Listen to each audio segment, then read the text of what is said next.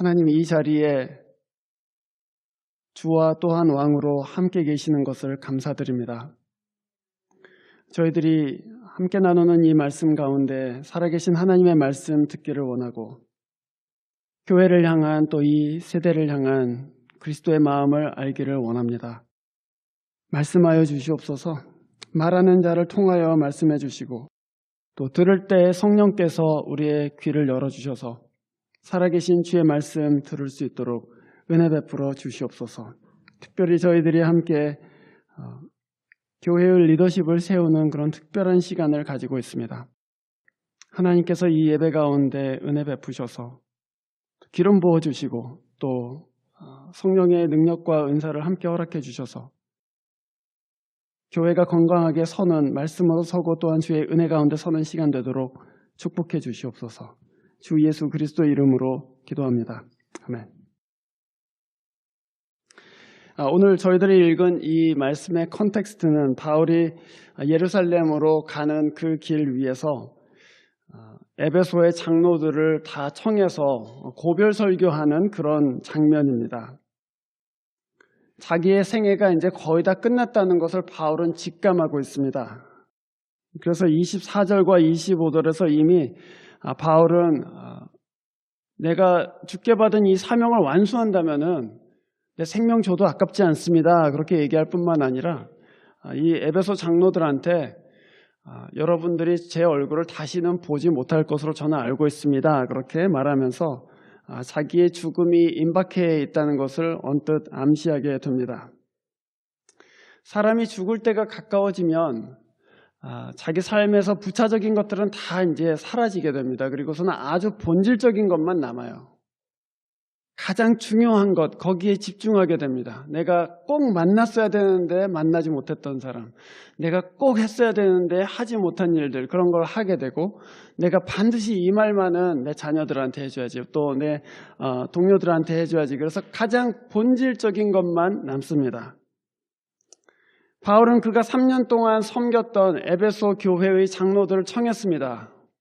청하고서는 교회를 잘 돌봐주시기를 바랍니다. 이렇게 부탁하면서 자기 마음속에 있는 얘기를 했어요. 죽기 전에 가장 중요한 이야기들, 어떻게 교회의 지도자들로서 섬길 것인가에 관한 얘기를 했습니다. 왜 그랬을까요?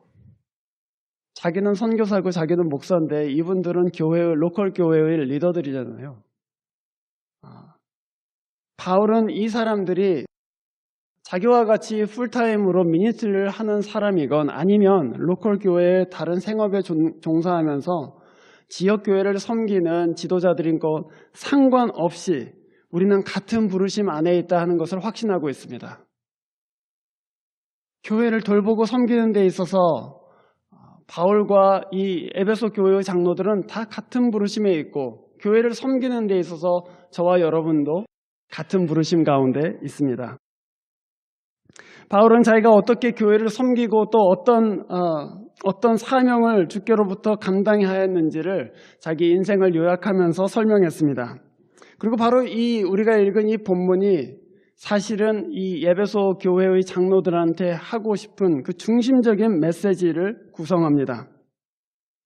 지난 2000년 동안에 기독교회는 하나님의 여러 세우신 지도자들을 보고 모방하고 따라하면서 지금까지 이렇게 복음을 전하고 이 세상 가운데 존재하고 있습니다. 말하자면 믿는다는 것이 어떤 것인지를 앞서간 선조들의 모습을 보면서 저 선배처럼 하면 되는 거구나, 저 목사님처럼 하면 되는 거구나, 저 권사님처럼 하면 되는 거구나 하면서 그 모습들을 모방하면서 지난 2000년 동안을 살아왔습니다. 공교롭게도 2008년, 10년 전이죠. 2008년에 제가 한국에 들어가서 목사 안수를 받았습니다. 올해가 딱 10년째 되는 해입니다. 근데 제가 목사 안수를 받을 때에 이따가 우리 안수 집사님들도 나오셔서 여기서 무릎을 꿇고 안수를 받게 되겠지만 저도 제가 사역했던 교회에서 무릎을 꿇고 그리고 여러 목사님들이 제 머리에다가 안수하면서 안수를 받았습니다. 그런데 제가 안수를 받을 때 그게 제 마음속에서 일어난 뭔지 아니면 제 눈에 갑자기 펼쳐진 환상인지 저는 잘 모르겠지만 제가 안수 받을 때 한 가지의 그림을 보았습니다. 그 그림은 뭐였냐면 제 앞에 길게 이어진 아주 먼 길이 있었고요. 그 길을 여러 사람들이 걸어가고 있는 그런 그림이었는데요. 맨 앞에는 그 종착점에는 예수님이 계시고 그 중간에 바울도 있고 그 중간에 여러 믿음의 선배들이 있고 그리고 저는 그 길의 초엽에 이렇게 서 있는 그런 모습이었습니다. 저는 그 발을 보았습니다. 사도 바울의 발도 보았고요. 또 그 사도 바울의 뒤를 따라간 사람들의 발도 보았고 그리고 막 그 길에 서 있는 제 발도 보았습니다. 그 순간에 직감적으로 제 안에 일어나는 생각이 있었는데요. 그것은 나도 저 발길을 따라서 가게 되는 거구나. 내 힘으로 걷는 길이 아니고 저 사람들의 발자취를 보고 따라 걷는 길이구나. 그리고 이 길을 따라서 바울을 지나서 예수 그리스도께로 나아가게 되겠구나 하는 그런 생각이 들었습니다. 오늘 우리 교회에서 안수 집사로 또 집사로 서시는 여러분들이 계십니다. 이분들은 저와 함께 또 여기에 있는 모든 성도들과 함께 같은 부르심 가운데 있습니다. 우리 모두는 바울이 그렇게 얘기한 자기의 달려갈 길이라고 표현한 그 부르심에 함께 서 있습니다. 주께서 베드로에게 요한복음 21장에서 내 양을 먹이라 이렇게 말씀하셨습니다. 우리가 요한복음 21장 읽을 때마다 내 양을 먹이라 하는 말씀 들을 때마다 여러분 이거는 우리 목사님 보고 하는 얘기구만 이렇게 생각하시는 분은 아무도 없죠. 내 양을 먹이라 하는 말씀을 듣는 순간 주님 제가 주님의 양을 먹이겠습니다 이렇게 고백하게 됩니다. 그것이 우리가 한 교회로서 그리스도의 부르심 가운데 있다는 증거가 아니겠습니까? 바울은 자주 교회로부터 어려움을 당했습니다. 여러 교회를 설립하고 또 여러 교회를 돌봤지만 그 교회 가운데 어떤 교회들은 바울을 참 힘들게 하는 교회들도 있었습니다. 또 어떤 교회의 어떤 성도들은 바울을 무시하기도 하고요. 또 어떤 지도자들은 바울을 배신하기도 하였습니다. 바울이 교회로부터 무슨 큰 영광을 누린 것도 아니고 또 바울이 교회로부터 무슨 큰 샐러리를 받은 것도 아니었는데 생각해보면 왜 그런 교회들한테 여러 가지 어려움을 당하고 또 고난 가운데 있으면서도 끊임없이 교회를 섬겼는가 하는 질문을 하게 됩니다. 도대체 뭐 때문에 그렇게 얻어 터지면서 유대인들한테 박해당하고 또 동족들한테 쫓겨다니면서 그렇게 복음을 전했나, 왜 그렇게 교회를 섬겼나 하는 그런 생각을 하게 되죠. 거기에 대해서 바울은 사실 28절에서 살짝 고백합니다. 여러분 우리가 읽진 않았지만 본문 28절에 이렇게 되어 있습니다. 이제 바울이 에베소에 있는 장로들에게 권면하는 내용이죠. 여러분은 자기 자신을 잘 살피고 양떼를 잘 살펴보십시오. 성령이 여러분을 양떼 가운데에서 감독으로 세우셔서 하나님께서 자기 피로 사신 교회를 돌보게 하셨습니다. 그렇게 되어 있습니다. 우리 성경은 친절하게도 조금 이 번역을 완곡하게 해서 자기 아들의 피 이렇게 번역했지만 사실 원문에는 하나님이 자기 피로 이 교회를 사셨습니다 이렇게 되어 있습니다. 하나님이 자기 피로 사신 교회 이렇게 봤어요. 바울이 교회를 설립하고 자기 손으로 교회를 설립했지만 그 교회가 자라는 것을 보면서 그 교회가 은혜 받고 하나님께로 돌아오는 것을 보면서 이 교회는 하나님께서 자기 피로 사신 교회다 이렇게 생각했어요. 여러분, 교회가 여러분이 다니던 교회 또는 여러분이 다니고 있는 교회, 여러분이 알고 있는 교회가 어떤 때는 초라하게 보이실 때도 있을 것이고 또 어떤 때는 형편없이 보이실 때도 있을 것입니다. 교양도 없다. 정말 왜 교회가 이러냐. 그런 교회가 너무 초라하게 보일 때가 분명히 있습니다. 그러나 여러분, 우리가 교회를 어떻게 보건 상관없이 하나님께서는 이 교회를 자기 피로 사셨습니다. 그래서 하나님이 자기 피로 사셨기 때문에 바울한테는 이 교회가 너무나도 소중한 거죠. 내 눈의 판단과 상관없이 또 나한테 어떻게 하는가에 상관없이 하나님, 이 교회는 주님께서 자기 피로 사신 교회입니다. 그래서 교회를 소중하게 생각합니다. 여러분이 혹시 여러분의 교회에 대해서 실망하셨다면 또 여러분이 여러분의 교회 때문에 시험에 드셨다면 잠시 여러분의 판단을 내려놓으시고 이 교회는 내 눈에 어떻게 보이든지 간에 하나님께서 자기 피로 사신 교회구나. 그 하나님의 마음을 받아들이시기를 바랍니다. 그러면 이 교회가 여러분한테 어떻게 한 것과 상관없이 하나님을 바라보고 그 그리스도를 바라보고 교회를 섬기게 됩니다. 두 번째로 바울은 교회가 그리스도의 몸임을 굳게 믿었습니다. 첫 번째로는 하나님이 자기 피로 사신 교회다 이렇게 생각했고, 두 번째로는 이 교회는 그리스도의 몸이다라는 것을 굳게 믿었어요. 사도행전 9장에 보면은 바울이 다메섹 도상에서 그리스도인들을 박해하려고 쫓아가다가 거기서 부활하신 예수 그리스도를 대면하는 장면이 나옵니다. 그런데 예수님께서 바울을 만나셔서는 바울한테 이렇게 질문하십니다. 바울아, 바울아, 네가 왜 나를 박해하냐? 평범한 질문같이 보이지만 바울한테는 깨어지는 순간이죠. 왜냐하면 바울은 예수 그리스도를 직접 박해한 일이 없거든요. 바울이 박해한 것은 교회였지 예수 그리스도 그분이 아니었잖아요. 그런데도 예수님께서는 왜 나를 핍박하냐 이렇게 말씀하셨습니다. 주님은 자기의 교회, 어떻게 보면 참 힘도 없고 연약하고 그리고 허점투성이인 그 교회를 내 몸 이렇게 말씀하셨습니다. 자기하고 동일시하셨어요. 그래서 교회를 박해하는 사람은 당신을 박해하는 거라고 생각하셨고, 교회를 돌보는 사람은 나를 돌보는 사람이다 이렇게 생각하셨습니다. 그것이 바울이 여러 어려움과 또 고난 가운데 있으면서도 그리스도의 교회를 끝까지 충실하게 섬긴 이유입니다. 이 교회는 그리스도의 몸이다. 그것 때문이죠. 여러분은 이 교회가 우리 주 예수 그리스도의 몸임을 믿으십니까? 이 교회가 예수 그리스도의 둘도 없는 몸이다. 그래서 주님이 너무나도 사랑하시는 그 몸이다라는 것을 믿으십니까? 그렇다면 바울과 함께 우리도 이 교회에 헌신할 수 있습니다. 이 교회는 하나님께서 귀하게 생각하시는 바로 그 몸이기 때문입니다. 그 마음 때문에, 교회에 대한 그 마음 때문에 바울은 오늘 자기가 예루살렘으로 가면 죽을 줄도 모르니까 마지막으로 에베소 교회 장로들한테 내가 이 말은 꼭 하고 싶다 해서 불렀습니다. 부르고서는 그리스도를 섬기듯이 교회를 섬겨라. 그러면서 교회를 어떻게 자기가 섬겼는지를 세 가지로 나눴습니다. 그게 본문 19절입니다. 제가 다시 한번 읽어보겠습니다. 나는 겸손과 많은 눈물로 주님을 섬겼습니다. 그러는 가운데 나는 또 유대 사람들의 음모로 내게 덮친 온갖 시련을 겪었습니다. 이렇게 되어 있습니다.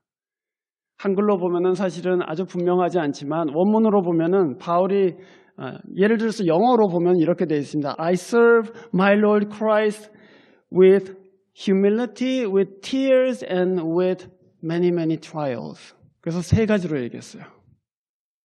나는 겸손으로 섬겼고, 나는 눈물로 섬겼고, 나는 여러 가지 시험 가운데서 섬겼습니다. 그렇게 얘기했습니다.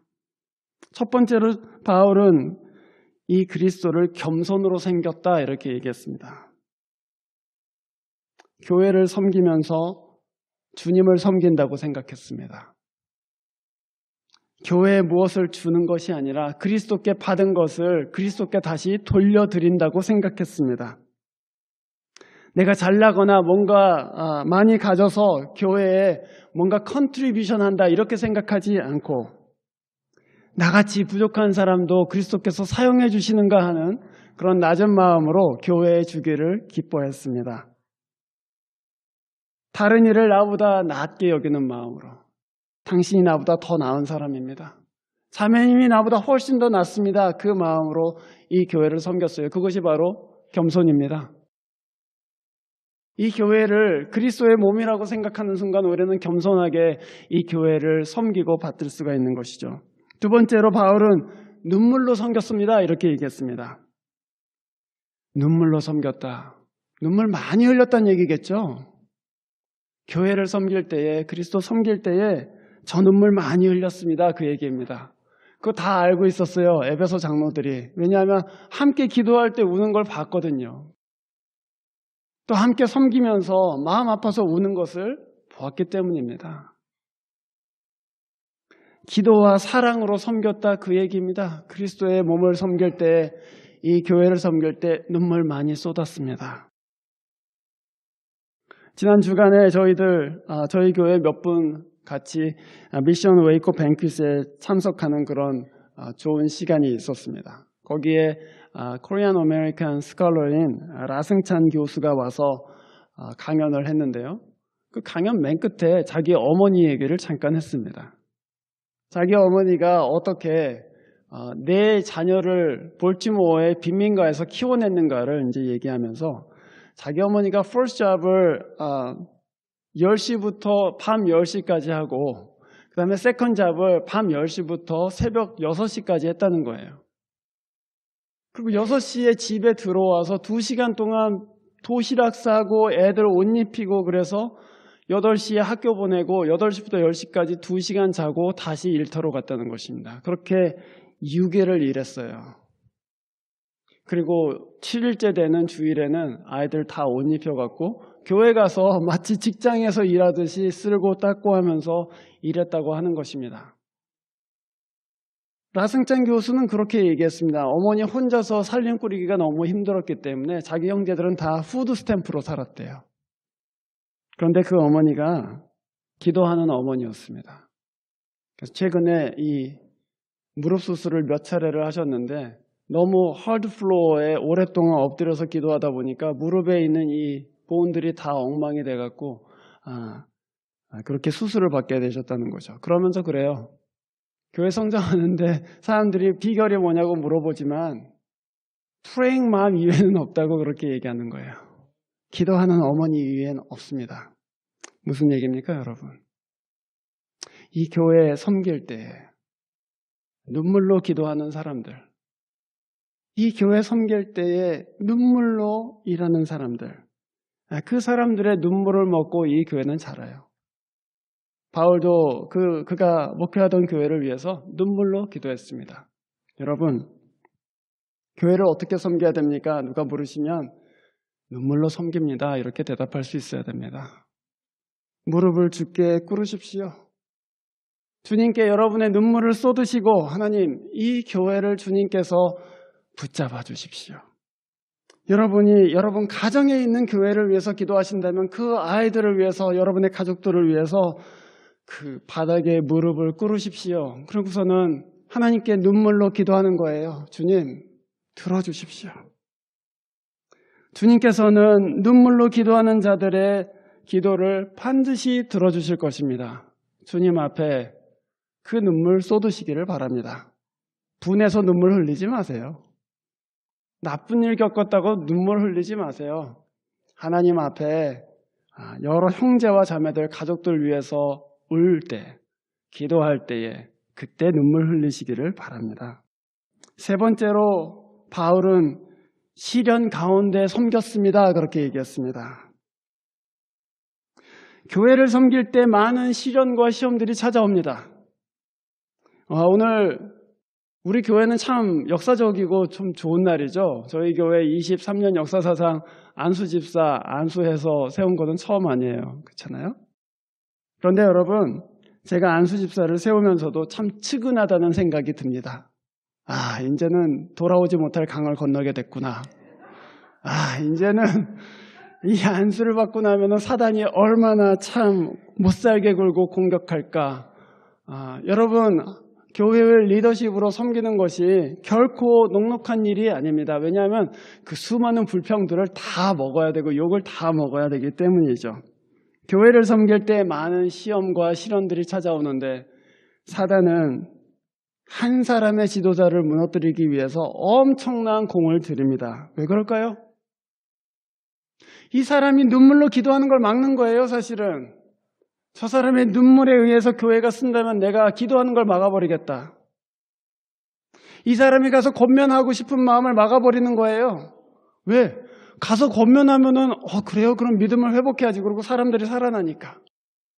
이 사람이 썬데이 스쿨 티처로 섬기는 거 내가 막아버리겠다고 끌어내리는 거예요. 가정에서 문제 일으키고 직장에서 문제 일으키고 교회 안에서 여러 가지 문제들 일으켜서 끌어내립니다. 왜냐하면 아이들 이 사람이 말씀으로 가르치기 시작하면 아이들 가운데 구원이 들어갈 것이니까. 그래서 교회를 섬길 때 많은 시련과 시험들이 찾아옵니다, 여러분.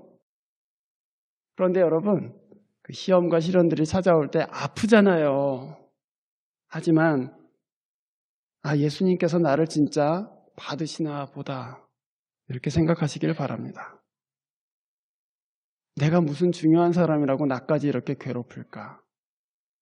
이 교회에 정말 하나님께서 나를 쓰시고 사용하시려나 보다 이렇게 생각하시면 됩니다. 예수를 섬기는 길 위에 어려운 일이 있습니다, 여러분. 그러나 그 어려운 일들을 믿음으로 잘 감당해내세요. 그러면은 주님께서 여러분이 섬기는 교회를 강건하게 해주십니다. 교회는 바로 그 시련과 어려움들을 통과한 사람들을 통해서 계속해서 성장해 왔습니다. 바울은 20절과 21절에서 자기가 섬기는 목적이 무엇인지에 대해서 나눴습니다. 우리가 앞에서 얘기한 것은 교회를 어떻게 섬길 것인가 하는 그 자세에 관한 것이었다면 20절과 21절은 교회를 왜 섬기는가, 그 섬김의 목적은 무엇인가 하는 그런 바울의 권면이죠. 우리가 교회를 섬기는 목적이 무엇입니까, 여러분? 교회가 커지게 하려는 것이 아닙니다. 무슨 우리 개인적인 어떤 성취감을 위해서 하는 것도 아닙니다. 바울은 이렇게 얘기해요. 섬김의 목표는 궁극적으로 회개하여 하나님께 돌아오는 것, 그리고 주 예수를 믿는 것이다 이렇게 얘기했습니다. 그게 21절이에요. 회개하여서 하나님께 돌아오게 하는 것, 그리고 그 사람이 주 예수를 믿고 믿음의 길 가운데 굳건하게 서는 것, 그것이 우리가 교회를 섬기는 단 하나의 목적입니다. 그걸 목적으로 하기 때문에 우리가 주보를 접으면서도 기도해요. 하나님, 이 예배 가운데 이 주보를 보는 사람들, 예배 참여하는 사람들 은혜 받게 해 주십시오. 우리가 밥을 하면서도 기도해요. 그냥 배고픈 영혼들 밥 먹여서 보내야지 이렇게 생각하지 않습니다. 주님, 이 밥 먹으면서 친교할 때에 사람을 세우는 컨버세이션 일어나도록 해 주십시오. 우리 교회 와서 밥 먹을 때 한 끼라도 먹으면서 위로받게 해 주십시오 하고 기도하는 마음으로 친교를 준비합니다. 바울은 또한 20절에서 이렇게 얘기해요. 유익한 것이라면 공중 앞에서나 각 집에서나 장소를 가리지 않고 가르쳤다고 합니다. 21절에서 이렇게 얘기합니다. 유대 사람에게나 그리스 사람에게나 인종에 상관없이 가르쳤습니다. 이렇게 얘기해요. 장소를 가리지 않고 대상 가리지 않고 하나님의 말씀을 가르쳤다 그렇게 얘기합니다. 우리도 마찬가지겠죠? 우리가 교회에서만 서브하는 것은 아닙니다, 여러분. 예수를 섬길 때에 장소를 가리지 않습니다. 교회 안에서 썬데이 스쿨 티처로 섬길 수도 있지만 교회 밖에 있는 사람들을 섬기기도 합니다. 대상을 가리지 않습니다. 우리는 한국 사람만 예수 믿으라고 하지 않습니다. 우리는 이 도시 안에 있는 모든 사람에게 복음 나누기를 원하죠. 요점은 무엇입니까? 바울이 자기의 모든 삶의 국면에서, 모든 삶의 부분에서 그리스도의 종으로 살기를 결심했다 그것입니다. 그것이 공적인 자리건 사적인 자리건, 그것이 내 동족과 함께 있는 자리이건 아니면 낯선 사람들과 함께 있는 자리이건 바울은 자기의 모든 삶의 부분을 주님께 올려드렸습니다. 이 부르심이 여러분과 저 사이에 있습니다. 주 예수님께서 우리를 부르실 때에, 구원받은 성도로 우리를 부르실 때에 주께서는 반드시 부르심을 같이 주세요. 그냥 구원하는 게 아니에요. 내가 너를 이걸 위해서 구원했다 하고서는 부르심을 주신단 말이죠. 근데 여러분, 그 부르심이 우리를 영화롭게 합니다. 그 부르심이 우리를 거룩하게 만들어요. 그냥 구원받았다는 사실 자체를 넘어서 하나님이 우리를 하나님의 일을 위해서 부르셨구나. 그 부르심이 우리를 거룩하게, 그 부르심이 우리의 인생을 영화롭게 만들어요. 몇 주 전에 저희 교회 건축 때문에 달라스에 올라가서 건축사 선생님을 만나게 됐습니다. 그 이제 마지막 만나는 자리예요. 그래서 이제 설계도를 다 넘겨주면서 축하합니다. 뭐 그러면서 뜻하지 않게 이 건축사 선생님이 같이 간 저희들에게 간증을 했습니다. 사실 제가 이 웨이코 한인교회 때문에 엄청난 복을 받았습니다. 이렇게 얘기하는 거예요. 그래서 아니 우리가 돈을 그렇게 많이 설계비도 드리고 그래서 사실은 그런 비즈니스적인 일로 만나는데 무슨 복을 받으셨나 의아해했습니다. 근데 이분이 그러시는 거예요. 저희 교회 집사님들이 이 조그만 교회에서 건축한다고 그렇게 기도하고 애쓰는 것을 보고서는 자기도 10년 전에 개척교회 서브하고 있었는데 그때 자기는 진짜 아무것도 안 했구나 이런 생각이 들었대요.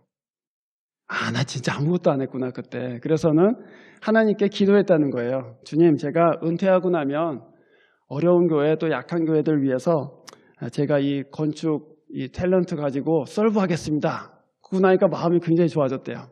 그런데 며칠 후에 기도하고 있는데 하나님께서 근데 왜 지금 안 하냐? 그렇게 말씀하시더래요.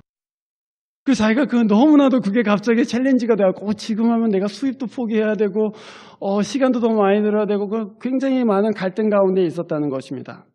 그런데 주님께 마음을 정했어요. 주님, 은퇴 후가 아니라 지금 하겠습니다. 그래서 달라스에 있는 어떤 교회에 목사님하고 전도사님하고 오시게 됐는데 그 교육관을 짓는 것을 무료로 이제 해줬다는 얘기예요. 그랬더니 그 목사님하고 전도사님하고 너무 기뻐하면서 이제 돌아갔는데 그 설계사 선생님이 저희들한테 그러는 거예요. 자기가 수십만 불 또는 수백만 불짜리 공사를 하면서 느낀 보람보다 이 작은 교회가 교육관 짓게 됐다고 좋아하면서 돌아가는데 더 큰 기쁨이 자기 마음 가운데 임했다는 것입니다. 자기는 우리 교회 설계 때문에 자기 부르심을 찾게 됐다 그렇게 얘기했습니다. 하나님을 위해서 일하는 기쁨. 하나님께서 여러분한테 돈으로 갚아주시지는 않습니다. 하나님이 여러분에게 학점으로 갚아주시지도 않아요. 그러나 여러분, 우리의 인생은 우리 인생을 위한 것이 아닙니다. 우리 인생이 우리 인생보다 더 큰 것을 위해서 부어질 때에 거기에 헌신될 때 그 인생은 정말로 영화롭게 되는 것이죠. 하나님께서는 당신의 나라에 우리 모두를 부르고 계십니다. 특별히 하나님께서는 당신이 피값으로 사신 그 교회에 우리 모두를 부르고 계십니다. 그 교회에 헌신하는 사람들, 주님의 복음을 위해서라면 내 목숨도 아깝지 않다라고 말한 그 바울의 발자취를 따라가는 사람들, 그 사람들을 통해서 오늘도 하나님께서는 이 교회 가운데 역사하십니다.